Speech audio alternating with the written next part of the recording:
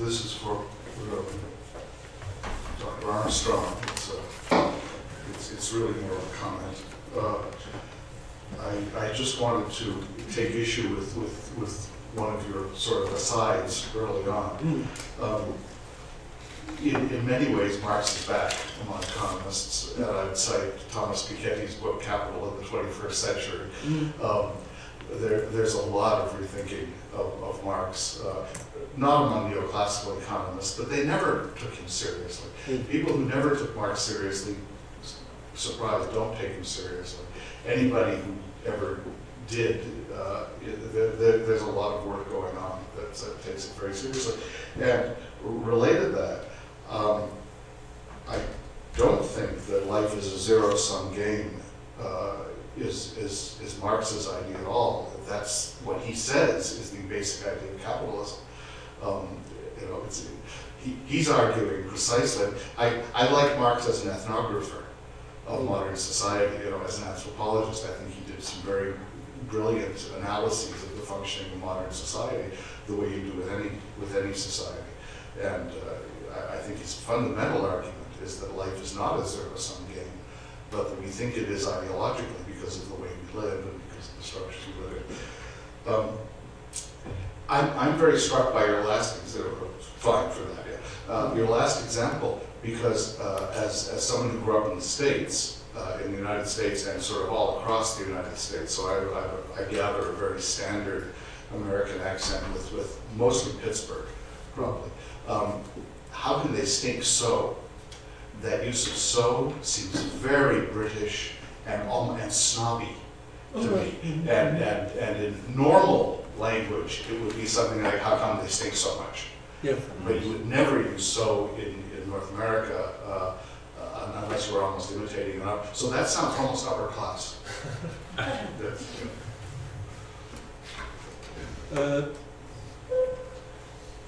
Yeah, the translator was in fact British.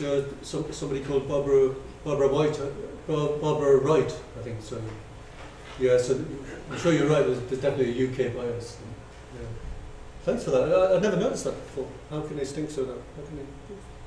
Okay.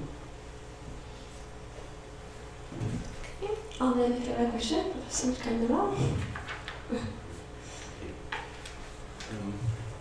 I just have a question just for Susan. Which is interesting to compare. I wonder whether you have made any comparisons of this sort, and to compare a Swedish translation, because it must be, and then a Norwegian translation of being able. Because it seems to me that all these were religious, actually, were perhaps passages, if you will. I mean, perhaps could be have been, or perhaps were not, exiles actually from the translation, because I understand, there's a great deal of perhaps politics that comes into it, and then of course both the Norwegian state and the Swedish state now are welfare states that they take care of the people, so there is no much room for religion. Well, perhaps is that. Do you think? Do you happen to know? Just what Swedish, because there must be the Swedish or Swedish translation. Right? Because it seems to be. Yeah, that would be interesting. I haven't looked at the Swedish. I did look at the Danish translation because I wanted to make sure that Elisa Horn was actually writing in Norwegian, to be blunt. And the Norwegian does not do this kind of thing. It doesn't. I mean, the Danish does not take away the religious passages. If anything, they're. I mean, we'll ask Karsten, but I feel that the sort of parochial, everyday religiosity that is in Anne is probably a more accepted feature of small-town life in Denmark than it would be in urban Christiana, in 1940, in urban Oslo, which was so influenced by political movements at that particular moment. But no, I haven't looked at the Swedish. It would be interesting to see. I do know that there have been many more translations of Anne into Swedish than into Norwegian, so you would have a lot of examples to look at. Okay. Professor Frank, I think maybe you answered this, but I was thinking along similar lines in terms of comparison, but I was thinking of the comparison if the book is as popular in Canada with young women and girls, right? As it is in Norway, that it would be interesting to do some, if you could find someone to collaborate with you, to see how the girls who read this would portray the protagonist in Norway and in Canada. I mean, what adjectives they would use, how would they view the character. No, I shot my head. Yeah, that would be really interesting. I mean, Anne has an industry. I mean, there's an entire industry dedicated to Anne. And so, for example, Japan is obsessed with Anne. It has come out in many versions. They actually offer package tours to Prince Edward Island from Tokyo, where you can go and get married in Lucy Montgomery's house. So there are Japanese couples that go to this Atlantic island, you know, and celebrate the cult of Anne. And so there have been some studies as to, you know, why Anne in Japan, how does she resonate with young female culture in Japan. So it is interesting to see, and I guess that the Polish translation was virtually the same year that it was published in Canada. So they're almost simultaneous. I mean, they were sort of 6 months apart or 7 months apart. So the cult of Anne in its various national manifestations is a really interesting subject of study. Yeah. Okay, Professor Nigel. Yeah, thank you. I had a little remark concerning what Barbara said. I don't know whether you can answer that, Susan. So I tried to quote her more or less. She said that only phonetically there are different adjectives which are similar there. So she gave some example for that, but they are not semantically perceivable. Yeah, the connection there.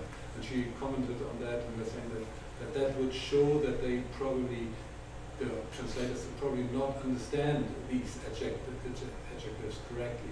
And I was wondering, and she didn't really give concretely the example about it, but I was wondering about whether they did that on purpose because they wanted to have this phonetic connection and therefore gave up a certain dimension of semantic meaning of the word by creating a semantic meaning of the sound. And then it would be exactly an example, and maybe a very conscious example, not a case of ignorance, for what I try to say, you know, that sometimes the meaning of rhythm and of sound can be stronger, can prime over the meaning of denotation. So that was just one question. I don't know whether you have the example that she had in mind. So that's one question. And for Nigel, I also have a question. I was wondering about your long quotation of Bourdieu at the start. And you were talking about this quotation in English, obviously, and you did not really comment much on the French. So from what we've seen in English, that was terrible warfare. Yeah? Very clearly so. I wonder, I would like to have heard a bit about the original, yeah, and then you did not really touch on that at all. Could you comment on that? Maybe in French, indeed, it would work differently. Apart from what you said very correctly, that there are different language attitudes, and things are possible in French academia that are not possible in British academia, and possibly vice versa as well. So there are different attitudes, but still, even if Bourdieu was somebody who wrote a lot and should have maybe taken some more time from time to time to edit his own writing, that looked a bit suspicious to me. And if the translator admits that he didn't quite get it, and maybe there are some things which a French person would get. So I don't know whether you can. Well, Barbara's examples are specifically Polish, which I don't speak, so so I can't reproduce that. But that was my impression when I spoke to her, and it's certainly the impression of the Norwegian. I mean, some of this doesn't, you know, some of these adjective strings that Lucy Montgomery wrote, they don't really have tremendous meaning. You know, eternal amethyst. I mean, you know, what does it mean that amethyst is eternal? So they're clearly chosen for the sound. Because these are glamorous sounding words to this young girl.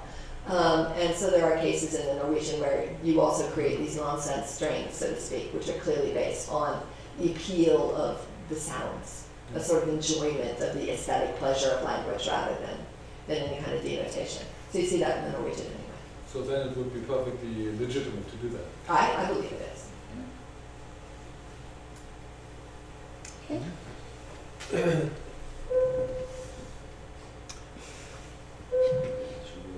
Press and hold, Yes, try I and have hold it for a while, and Okay. then It should That's work right. now. I think it did. okay, if you're an expert on that mic, why- I've just done the same thing 5 times. In a row, so, or maybe the one on the left would be work better. You can certainly use this one. Yeah. Yeah, okay. Sorry about this.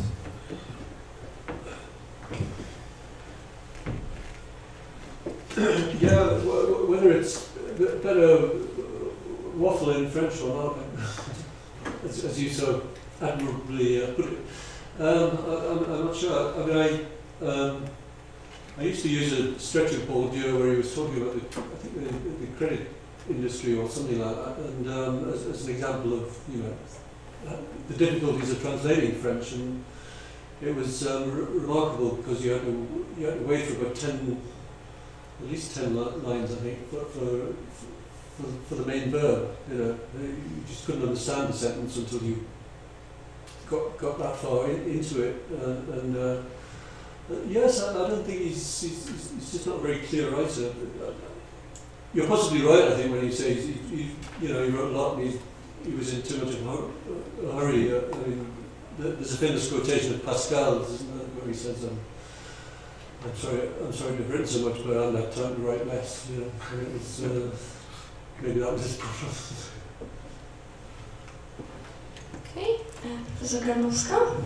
Yeah, I really enjoyed this paper on Anne of Green Gables, and I would like I think it would be interesting for our foreign guests, is that it's an extremely popular topic among Polish students. So that's how I almost put a ban recently on the topic, like comparing different Polish translation of Anne of Green Gables, because there are dozens of them, and I'm sure at every department, but not to really discourage students, I try to encourage them to kind of add another language, especially at applied linguistics, like compare, let's say, English and German or English and Russian, or to compare the other parts, because fortunately Montgomery wrote more than 7 books, so there's still a lot to compare. But it's also quite interesting how the title itself, because here it refers in Norwegian to the trees, right?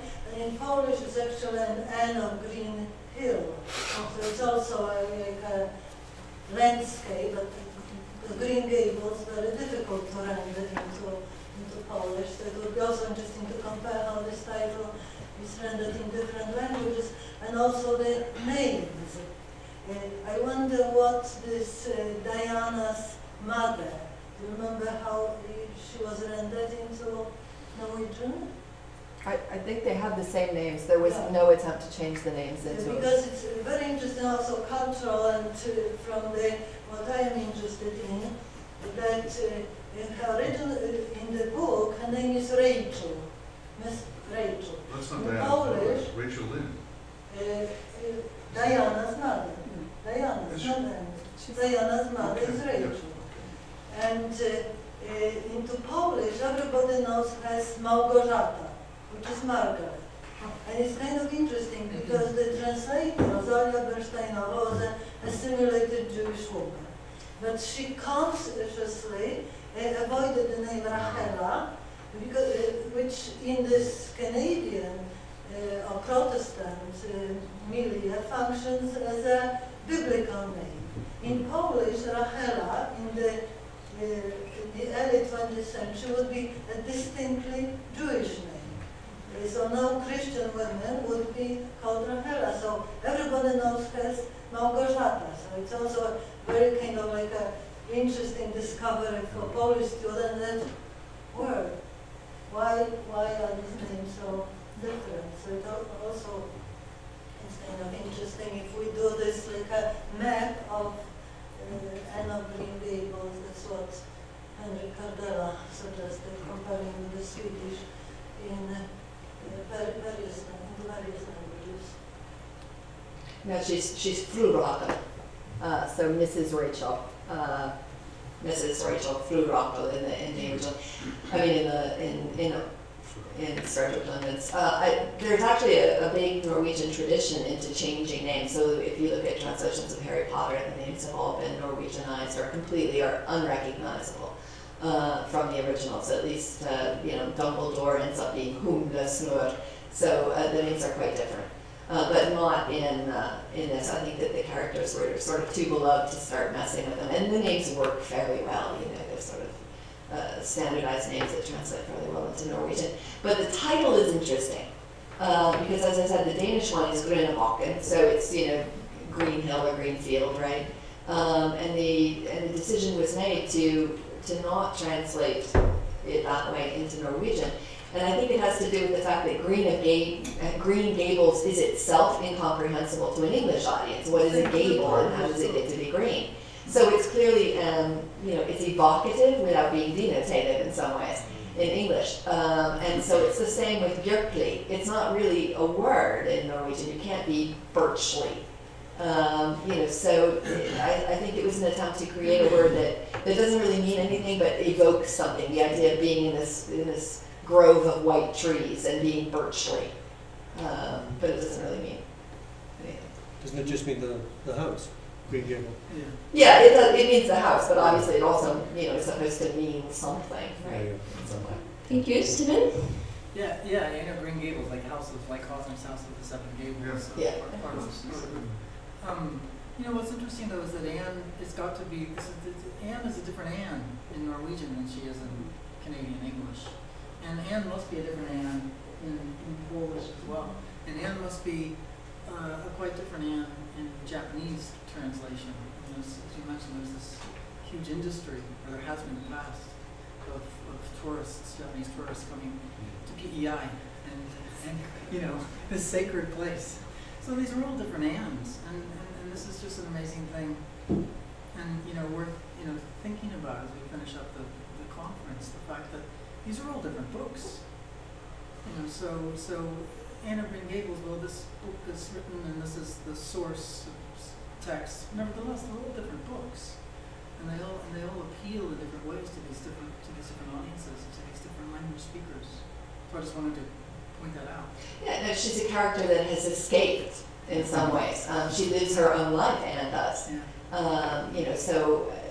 She escaped her original little island. And she became this international superstar. But it's kind of peculiar as to how it is that this Canadian heroine, and her Canadianness is very much there, and how she became a sort of international stand-in for perky girl.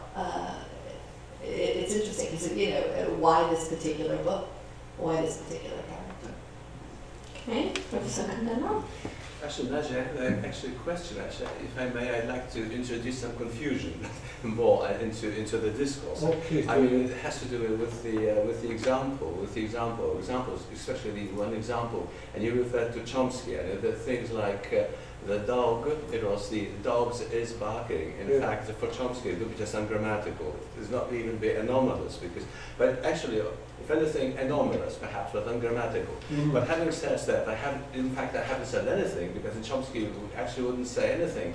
Because now the problem is, of course, from a semantic point of view, you could have either way. It's just like the police is searching, but of course it's a different kind of a noun. Yeah. The police is searching and the police are searching, okay? And then semantically, if you treat, the dogs as just as a pack of dogs, a pack of wolves, it should be the dogs, well, in fact, is barking. Each individual dog is barking. It's just like you have things like physics is. Why should you have physics are? As mathematics is. So that there's a great Wierzbicka is trying to sort some things out. But I'm not sure. Well, probably she would actually reject now the dogs is barking.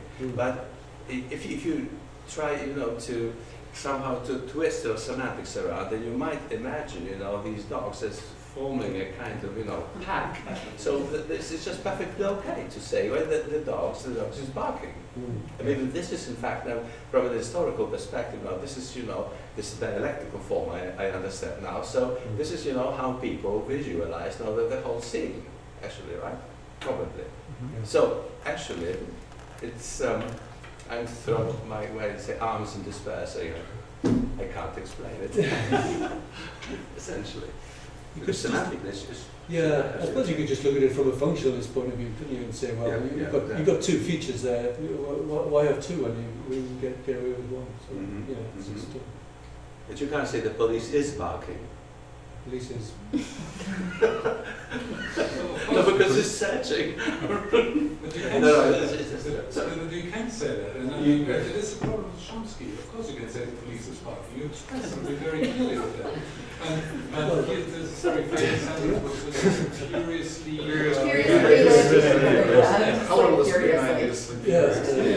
It makes perfect sense. Yeah, if you look at it. Del Ives has written 2 poems. Yeah. Absolutely, it's a poem, and if you read it as a poem, it makes perfect sense. But of course, if you have that conception of language, formalistic conception of language, doesn't work. So again, it's a wrong idea about what language is and does. It is. So Chomsky is wrong. Oh, he's so bad. That's a powerful statement.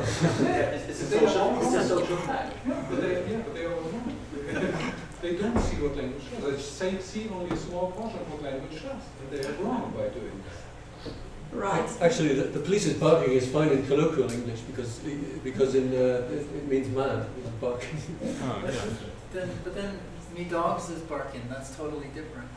Oh yes, absolutely. Yes, Yeah. that's right. And I was just wondering if you have any insights into where that comes from. It's odd, isn't it? Yes, it means my feet are sore. Yeah. My dogs are barking. No idea. Yeah. But I think once you've imported dogs, right? Once you've taken dogs and you've made your toes and your feet dogs, which I think is well established, then it's natural that when they're agitated, they will be barking. Yeah. I mean, they're barking from pain. Yeah. you've extended your metaphor, perhaps, to the very edge of where it is. Yeah. Okay, so we have time for final question. Sander here. Yeah, again, it's just a remark and a comment. Both the papers which I enjoyed, I think we all enjoyed your performance. You know, the way you performed those voices with that ironic sort of distance there, that worked really well. I mean, we saw how much you were taken in by that, drawn into that. And I was so glad that I was going to have to read that, because you did. It's something that we couldn't do. I could maybe translate that, but you probably have to. You can translate that, thinking that, and embody the way you're really moving into that. The thing that really struck me, and it does resonate with Martha's paper, a very different papers, very different texts, etc. But is the sound patterning, your response. Did you see what she did with that? It was the same patterning, da da da, which works how in English. It works actually in alternation. 3 stresses can be, under internal stresses demoted, and 3 unstressed syllables, the middle stress can be promoted. So you get a deep, deep woods, which go down. So deep, deep woods, and up, and she did go up. And I couldn't, you can try to go up, would turn me into this sort of feminine, sort of 13-year-old. You get a sensitivity there. There is a sort of gender question. So I really, really enjoyed that. And I thought that was part of the sound pattern that for you obviously is very meaningful for you in part of the identity. We are talking about very, very personal identity. I mean, you're celebrating this great diversity of individuals, but Nigel's paper really takes us back to a crucial question, although he's ambivalent in his Marxism there, because it's a Marxist paper, and it said, hey, class, okay? Class, and the statement you make is important, and it's one that we are avoiding, because we're in Poland in 2017. Tastes are not arbitrary, it's just a question of taste, makes no sense. We're in hierarchies, social hierarchies, so just now just 2 small reflections, because you're from North Shields and my grand's from South Shields, so there's not a big distinction there. But she knows she is. When you explained my grandmother's position, because she didn't speak Geordie, she had the intonation like you, because all of the marketing experiments have shown that the most seductive English accent is a light Geordie woman. So all the call centres go up to Newcastle. So you sound yours, you're a light Geordie. Your intonation like, well, don't you? So there's that there. It's very, very attractive. Posh Geordie, as they say. You've got a posh Geordie accent, haven't you? What you think and what my grand thinks and what Borgia thinks is that we all think is that if you speak Geordie, you go to a pit. you know, you go down the pit and you work, you go down to the docks, and you don't want your son to go down the pit or to the docks, so you speak like Geordie or sort of the Queen's English with the diphthongs that you share and we share because it's a Germanic. Poor, stone, you know, that wings, veins, those air, those ones that, you know, you would get in, you know, all the Glasgow and sort of those sort of southern special. So I mean, I think that taste question, that accent question was very, very. Those papers should oppose. You should be disagreeing somewhere here, but they kind of fit together in a kind of way. Thanks.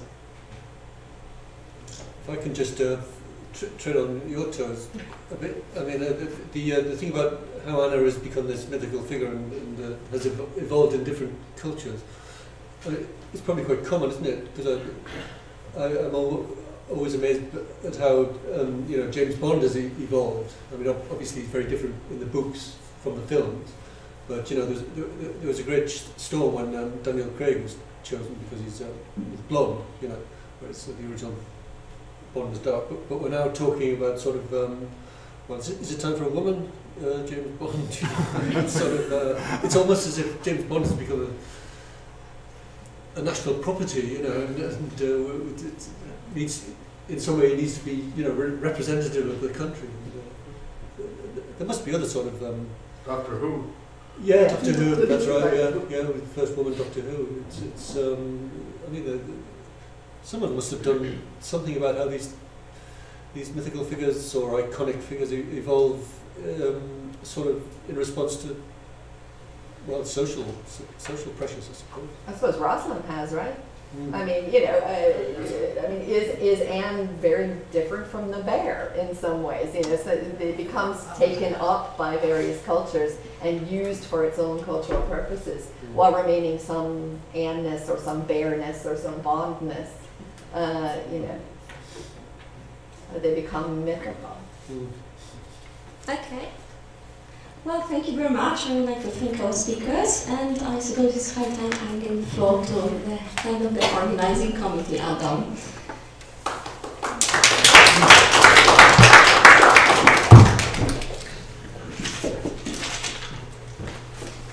Thank you. I won't take too much of your time, but I do want to say a few words. First, a practical announcement. If anybody needs an invoice, contact the invoice man. Rafael is the invoice man, and he has these invoices there, so there's a chance to get it. And obviously I want to thank each and every one of you for coming over, for delivering your papers and participating in the conference. And I want to thank my collaborators, Agnieszka, Rafał, Konrad, and Katarzyna, Kasia here, who's done the design of the poster and the book of abstract, and who's been the multimedia person throughout the conference. So I thank them all.